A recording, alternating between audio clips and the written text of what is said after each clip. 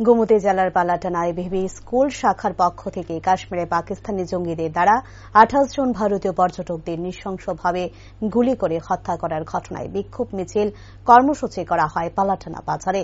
উপস্থিত ছিলেন এবিভি কাকরাবন নগর সেক্রেটারি দেবাশিস সরকার, পালাটানা স্কুল শাখার সভাপতি প্রীতম রায়, গৌরব কর সহ নগর স্কুল শাখার অন্যান্য কার্যকর্তারা। ভারতীয়দের এভাবে গুলি করে হত্যা করায় পাকিস্তানিদের তীব্র ধিক্কার জানায় এবিভিপি সংগঠন। তারা জানায়, পাকিস্তানের জঙ্গিরা শুধু ভারতীয়দের হত্যা করেনি, ভারতের সার্বভৌমত্বের উপর আঘাত করেছে। এর জবাব অবশ্যই দেবে ভারতীয় সৈনিকরা।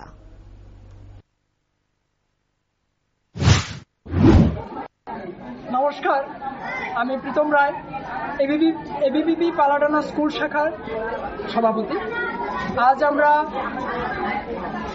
পালাটানা স্কুলের উদ্যোগে পালাটানা বাজারে যে আজকে থেকে কিছুদিন আগে ভারতবর্ষের জম্মু কাশ্মীরে 28 জন পর্যটকদের যেভাবে নৃশংসভাবে হত্যাকাণ্ড করেছে সন্ত্রাসবাদীরা, তার প্রতিবাদে আমরা আজকে ধিক্কার মিছিলের আয়োজন করেছি। এর পরিপ্রেক্ষিতে আমি এটা বলবো যে পেহেলগাঁওয়ে পাকিস্তানি যে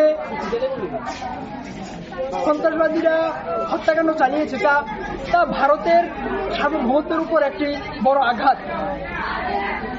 আমরা সকলে এখানে জাতি ধর্ম বর্ণ নির্বিশেষে শান্তিপূর্ণভাবে সহাবস্থান করি এবং করে আমরা জাতীয় সংহতিকে সুদৃঢ় করেছি। সন্ত্রাসবাদীরা আমাদের জাতীয় ঐক্যকে আঘাত করে আমাদের ঐক্যকে বিনষ্ট করতে চায়, যা আমরা কোনোদিনও